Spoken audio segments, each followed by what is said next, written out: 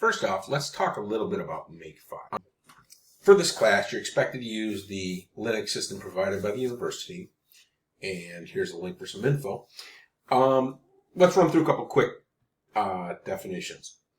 Command line is an environment you can run the compilers directly from. The two command line environments we see most commonly are Windows and Linux. Compiler is used to transform your code into executables. You should all know this. G++ is the standard on Linux. To use the equivalent on Windows, use MingW. For IDEs, if you want to use them, you can use Visual Studio on Windows or Visual Studio Code on both Windows and Linux. What we're going to talk about here, though, are Makefiles, which are automated code building tools. Visual Studio doesn't use Makefiles. It uses a project format unless you use CMake, which isn't the same as Make and won't be accepted for these assignments.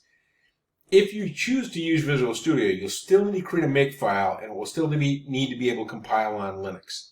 Shouldn't be too much trouble, but it's entirely your responsibility to figure out.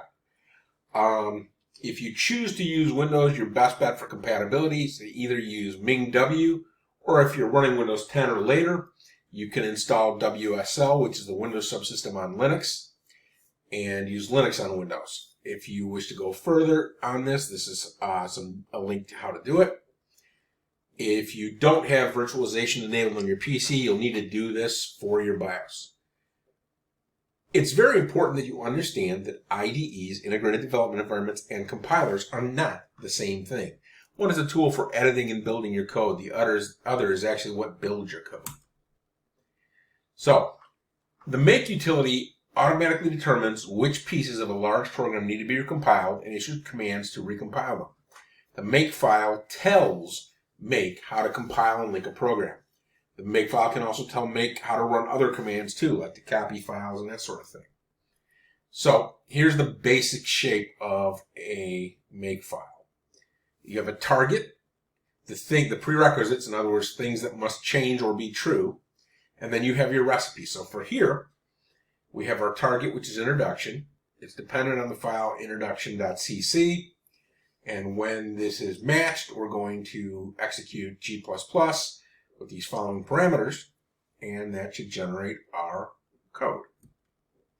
The target for each assignment this semester will have a defined name, and you must use that as your target. Feel free to reuse the same Makefile and just change what you need every time.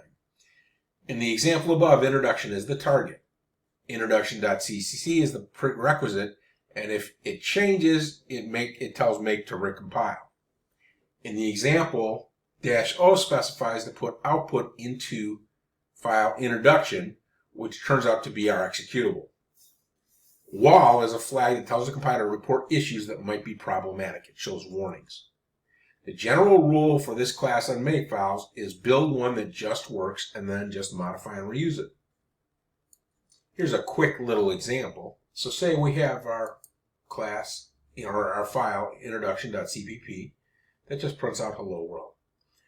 We can have a Makefile, and Makefiles are always called Makefile just like this. And here we have introduction, which is our target, introduction.cpp, which is our CPP class.